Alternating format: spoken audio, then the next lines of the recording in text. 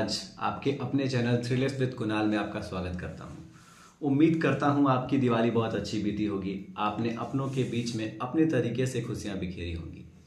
तो आज हम मिल रहे हैं एक नोएडा की सच्ची घटना, डबल मर्डर मिस्ट्री केस को लेकर के, जो कि हमें अंदर से झकझोर देगी और जानने के लिए हम इच्छुक होंगे जिस तरीके से हम वीडियो में आगे बढ़ेंगे कि कौन होगा इसके पीछे। वैसे तो ये कहानी आज तक अनसॉल्व्ड है, पर टेम्प्रोरी बेसिस पे क्या था हमारे हाई कोर्ट का डिसीजन वो देखेंगे और आपकी अपनी राय में अंत में जानना चाहूँगा कि आपकी राय क्या है, कौन होगा मर्डरर।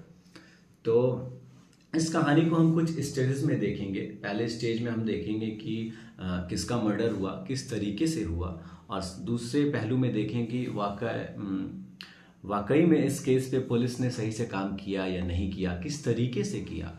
और तीसरे में हम ये देखेंगे कि हमारे देश में जो एक अहम भूमिका निभाती है किसी भी चीज़ को रिप्रेजेंट करने में, मीडिया ने इस केस पे किस तरीके से काम किया और उसका हमारा क्या रिएक्शन रहा और फिर डिसीजन क्या रहा हाई कोर्ट का, ये हम देखेंगे और हम उस डिसीजन से सेटिस्फाइड थे या नहीं थे। तो बिना देर किए चलते हैं, कहानी को शुरू करते हैं। उम्मीद करते हैं आप अंत तक बने रहेंगे। ये कहानी है दिल्ली के नोएडा की, 2008 की। तो कहानी शुरू करने से पहले इस कहानी के अहम किरदार के बारे में हम जानते हैं। इस कहानी में राजेश तलवार हैं, जो कि एक डेंटिस्ट हैं, एक सक्सेसफुल डॉक्टर है। दूसरा किरदार है उनकी वाइफ का, जो वो भी एक डेंटिस्ट हैं। दोनों वाइफ हस्बैंड एक डॉक्टर है और उन दोनों की एक बेटी है जो कि आयुषी तलवार। और इस घर में साथ में एक नौकर है जो एक परिवार के सदस्य की तरह साथ में रहते हैं, जिनका नाम हेमराज है और वो बिलोंग करते हैं नेपाल से। तो इस कहानी में मर्डर होता है दो लोगों का। एक आयुषी तलवार जो सिर्फ 14 साल की है, जिसे ये मालूम नहीं था कि वो अपने जीवन का 15वां साल नहीं देख पाएगी। और दूसरा जो एक वफादार घर का नौकर जो अपनी बेटी की तरह प्यार करता है आयुषी तलवार को। दूसरा मर्डर होता है नौकर हेमराज का। तो कहानी के सारे अहम किरदार से मैंने आपको मिलवा दिया। शुरू करते हैं कहानी। जैसा कि मैंने बताया, एक खुशहाल परिवार है, एक सक्सेसफुल डॉक्टर की घर की कहानी है। इस घर में एक बाहर से भी एक मेड आती थी जो छोटे मोटे काम करती थी, जैसे झाड़ू लगाना, बर्तन साफ करना वगैरह। तो हर रोज़ की तरह वो सुबह आती है, दरवाज़ा नॉक करती है। राजेश तलवार और उनकी वाइफ का नींद टूटता है। उनकी वाइफ गेट पर जाती हैं और हेमराज को आवाज़ देती हैं। हेमराज कुछ रिप्लाई नहीं करते हैं। चाबी नहीं मिल रहा था, इस वजह से वो हेमराज को फ़ोन करती हैं पर फ़ोन कोई उठाता है पर कोई जवाब नहीं मिलता है। फिर चाबी ना मिलने के कारण डुप्लीकेट चाबी वो बाहर से फेंकती हैं, कैच करती हैं वो नौकरानी, अंदर आती हैं और अंदर जैसे ही आती हैं तो वो पाती हैं कि बहुत ज़ोर ज़ोर से आयुषी के रूम से रोने की आवाज़ आ रही है। जैसे वो नौकरानी उस रूम में जाती है, वो देखती है कि आयुषी तलवार की हत्या हो चुकी है। उसके माँ पापा एक दूसरे को रोते रोते संभाल रहे हैं। उसी बीच नौकरानी फ़ोन करती है पुलिस को। पे जैसे पुलिस आती है, छानबीन शुरू होती है। दूसरी तरफ राजेश के परिवार वाले आते हैं उसको संभालने के लिए। तो उस छानबीन के दौरान आयुषी के रूम में पाया जाता है एक सॉरी ईमेल जो उसने अपने पापा को किया था। सॉरी, ये आखिरी गलती है पापा, अब ऐसी गलती नहीं करूँगी। इस तरह का एक सॉरी ईमेल था। और रिसेंटली उसके रूम में कुछ टाइम से वो बुक एक पढ़ रही थी, 3 मिस्टेक ऑफ माई लाइफ, जो उसके रूम में पाया जाता है। और एक चीज़ पाया जाता है कि राउटर, जो इंटरनेट राउटर था, वो रात भर ऑन ऑफ हुआ है, जो कि पुलिस के आने तक हुआ है। और फिर इसी बीच जैसे ये केस अभी सुलझने को शुरू भी नहीं हुआ था, छत पर एक और लाश मिलती है जो कि उस घर के नौकर हेमराज की थी। और अजीब बात यह है कि दोनों का मर्डर का तरीका एक ही था। दोनों के गले पर एक कट मार्क, दोनों के सर पे एक चोट का निशान पाना, तो ऐसी क्या वजह रही होगी? मारने वाले को ऐसी कौन सी वजह मिली होगी जो एक 14 साल की एक छोटी सी लड़की और एक 45 साल के इंसान को एक ही इंसान ने मारा? बढ़ते कहानी के साथ वजह तो हम जानेंगे ही कि ऐसी क्या वजह रही होगी जो आयुषी तलवार और नौकर को किसी एक व्यक्ति ने मारा। मर्डर एक ही है। और सच कहूँ तो एक चीज़ मुझे अंदर ही अंदर परेशान कर रही थी जब मैं केस स्टडी इस पे कर रहा था। तो आप एज्यूम कीजिए कि आप अपने कमरे में सोए हुए हैं, तो मैं मान लेता हूँ कि आप गहरी नींद में सोए हुए हैं, पर उस कमरे में मैं ला के कुछ बर्तन गिरा दूँ तो मुझे लगता है कि आपकी नींद टूट जाएगी। तो ये कैसे मुमकिन है कि एक छत के नीचे 2 लोग की मर्डर हुई और राजेश तलवार और उनकी मिसेस का नींद नहीं टूटा? मैं ये बात मानने को रेडी नहीं था। खैर, सच का सामना होगा। वीडियो में अंत तक बने रहिए। और एक नाकामयाबी पुलिस की भी मैं इस कहानी के दौरान जाना कि डे 1 से पुलिस इस बात पे फोर्स कर रही थी कि ये ओपन एंड शट केस है। वो अपने डायरी में मेंशन कर रही थी और मीडिया में ये बात बता रही थी कि जो उनकी बेटी है आयुषी तलवार, उसको उसके नौकर के साथ एक ऐसी अवस्था में राजेश तलवार ने पाया जिसे देखकर वो अपने आपा खो बैठे और उन दोनों की हत्या कर दी। सारे लोग पुलिस को नाकामयाब कह रहे थे और सच कहूँ तो ये कहना मुझे भी जायज़ लग रहा था कि जिस बाप ने अपनी इकलौती बेटी खोई हो, जिस घर ने आने वाली पीढ़ी खोई हो, उस पे आप एक मर्डर का चार्ज लगा रहे हैं। एक ऐसी लड़की जो सिर्फ 14 साल की है और स्टेटमेंट ये पास किया गया कि ऐसी अवस्था में पाया गया अपनी बेटी को कि उसने अपना आपा खोया, जिस चीज़ का कोई सबूत नहीं है। आप मरी हुई लड़की पे एक लांछन लगा रहे हैं। ये कैसा कानून है? और आप इस बात पे शुरू से दबाव दे रहे हैं कि ये ओपन एंड शट केस है। ये केस शुरू हुए अभी सिर्फ कुछ समय हुआ था और आप इस केस को क्लोज करके डिक्लेयर कर रहे हैं कि ओपन एंड शट केस है, बाप ने बेटी को मारा।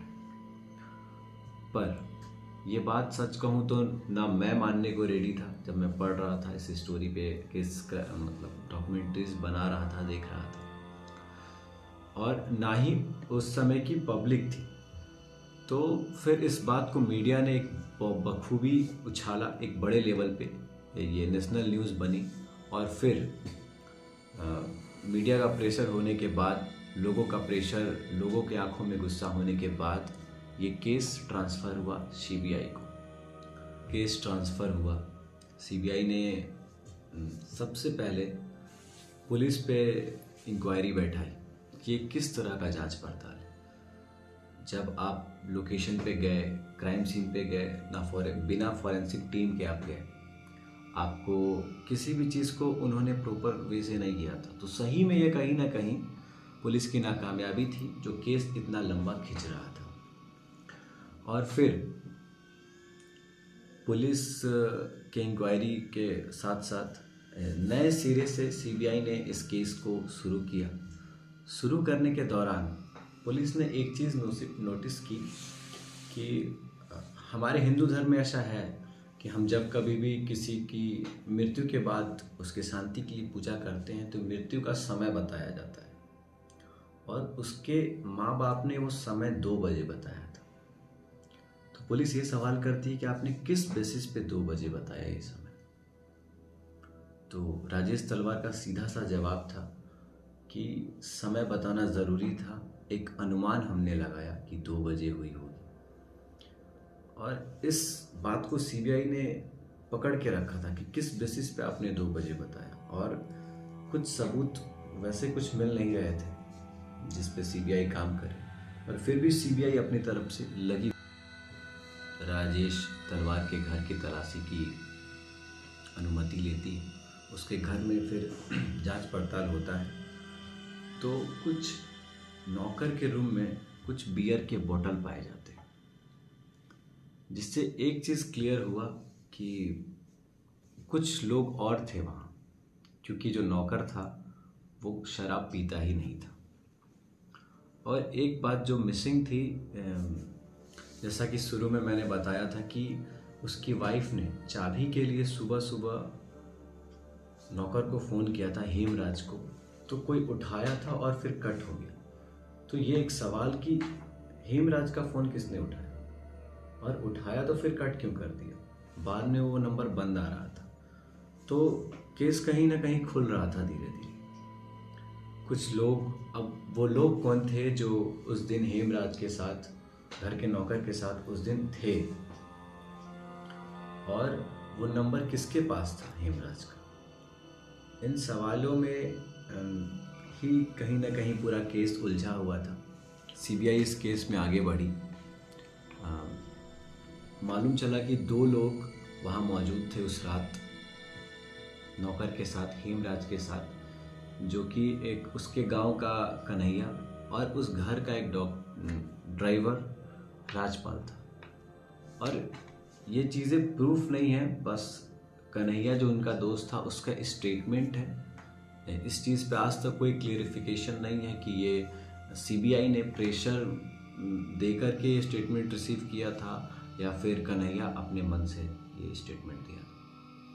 स्टेटमेंट उसका ये था कि हमने उस रात ज़्यादा शराब पी ली थी, और राजपाल जो घर का ड्राइवर था वो आयुषी तलवार को पसंद करता था,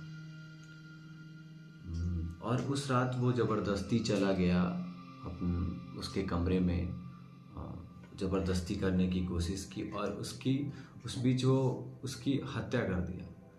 पर ये बात कहीं से प्रूफ नहीं हो पाई, और वक्तन कुछ काम नहीं करता है हमारे न्यायालय के नज़र में। मैं कह दूं कि मैं कुणाल हूं तो मुझे प्रूफ करना पड़ेगा आधार कार्ड दे करके, तो ये चीज़ प्रूफ नहीं हुआ।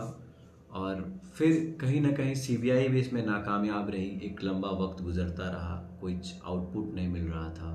अपना स्टेटमेंट पास किया कि इस केस में जो मर्डरर है वो कन्हैया है और राजपाल है। उसने कोशिश की ज़बरदस्ती करने की आयुषी तलवार के साथ, और सिचुएशन वर्स्ट होने के कारण उन्होंने उसे मार दिया। और जो कि ज़िद लगाए बैठे था घर का नौकर, जो उसे बेटी की तरह प्यार करता था कि मैं मालिक को बता दूंगा, उस कारण से उन दोनों ने मिलके, कन्हैया और राजपाल ने मिलके नौकर को भी मार दिया। पर ये सिर्फ स्टेटमेंट था, इस पे 100% प्रूफ नहीं था। तो फिर टीम 2 हायर किया गया, एक नया सीबीआई का, जो कि फिर से एक नए सिरे से काम करेगी। केस को बहुत वक्त हो चला था, तो बहुत से एविडेंस अवेलेबल नहीं थे जो शुरू में मिल सकता था, जो पुलिस की नाकामयाबी की वजह से ये केस आगे नहीं बढ़ पाया और बहुत धीमा आगे बढ़ रहा था। तो फिर नया केस शुरू हुआ। वापस से सीबीआई की सेकंड टीम ने एक केस को शुरू किया। कुछ इस सीबीआई के नए टीम ने सारे सबूत को नज़र में रखते हुए और इस केस पे बीतते वक्त के साथ समय पे ध्यान रखते हुए उसने एक परमिशन ग्रांट कराई कोर्ट से नार्को टेस्ट की, उसके यानी कि राजेश तलवार और उसकी वाइफ के लिए। नार्को टेस्ट में हम बदहोशी की हालत में रहते हैं, जो हमसे पूछा जाता है हम सच बताते हैं। तो इस टेस्ट के दौरान कुछ भी मिला नहीं, नेगेटिव रिस्पांस आया। तो फिर सीबीआई का कहना था कि वो एक अच्छे डॉक्टर्स हैं, शार्प माइंडेड हैं, एंटीटोड उन्होंने यूज़ किया होगा। ये कोई स्टेटमेंट नहीं था, कहीं ना कहीं खिंचता जा रहा था केस, कुछ आउटपुट मिल नहीं रहा था। तो फिर एक कमेटी बैठती है, दोनों सीबीआई की जो जांच हुई थी दोनों टीम की, उस टीम को लेकर के दोनों में एक आर्गुमेंट्स चलते हैं कि मर्डरर टीम 1 बोलती है कि सारे पहलू को देखने पे ये पता चलता है कि कन्हैया और राजपाल मर्डरर है। दूसरी टीम कहती है कि दूसरी टीम का कहना था कि मर्डर किया गया है उसके पेरेंट्स के द्वारा, उस अवस्था में पाया गया इसलिए मर्डर किया गया। तो सीबीआई टीम के स्टेटमेंट अलग अलग होने के कारण एक कमेटी बैठती है। उस कमेटी में का ये मोटिव था कि कुछ एक डिसीजन लेना क्लियर करना है और लोगों में या फिर न्यायालय की नज़र में ये स्टेटमेंट देना है कि कौन है खूनी, कन्हैया या राजपाल या फिर उसके पेरेंट्स। तो दोनों टीम का अलग अलग कहना था और वीक एविडेंस होने के कारण कुछ भी आज तक क्लियर नहीं हो पाया। पर कोर्ट का ये फैसला हुआ कि जितने सबूत हैं उसको नज़र रखते हुए 2 साल की जेल सुनाई गई राजेश तलवार को और उसकी वाइफ को। पर इन फ्यूचर वीक एविडेंस होने के कारण ये आज तक क्लियर नहीं हो पाया कि कौन था असली खूनी। और अभी इस समय उसके माँ बाप जेल से रिहा हैं और हाई कोर्ट इलाहाबाद में ये केस लड़ रहे हैं कि अब तक मेरे बेटी के खूनी का पता नहीं चला। तो ये कहानी अनसॉल्व्ड है और ये सवाल का जवाब मैं आप पे छोड़ता हूँ कि आपको क्या लगता है, आपके अनुसार, आपके समझ के अनुसार कौन होगा खूनी। आप अपना राय कमेंट में बताएं, आपको जो खूनी लगता है उसके बारे में आप बताएं। आपको ये कहानी पसंद आई होगी जो कि तलवार परिवार की थी। और ऐसी ही कहानी के लिए आप हमारा चैनल सब्सक्राइब कर सकते हैं। जो ये वीडियो देख रहे हैं उनका बहुत बहुत धन्यवाद जिन्होंने सब्सक्राइब किया है। और जो चैनल पे नए हैं, पहली बार आए हैं या फिर इस वीडियो को देख रहे हैं, उन्हें पसंद आया हो तो ये चैनल सब्सक्राइब कर सकते हैं। ऐसे वीडियोस के लिए एक लंबा रिसर्च करना पड़ता है। अभी रात के 3 बजे मैं वीडियो शूट कर रहा हूँ, तो इसमें मेहनत लगती है और आपका शेयर करना, आपका लाइक करना, सब्सक्राइब करना ही हमारा मोटिवेशन है। तो ऐसे ही वीडियोस के लिए आप चैनल सब्सक्राइब करें। मिलते हैं फिर ऐसे ही किसी सच्ची घटना के साथ। तब तक के लिए bye bye and take care.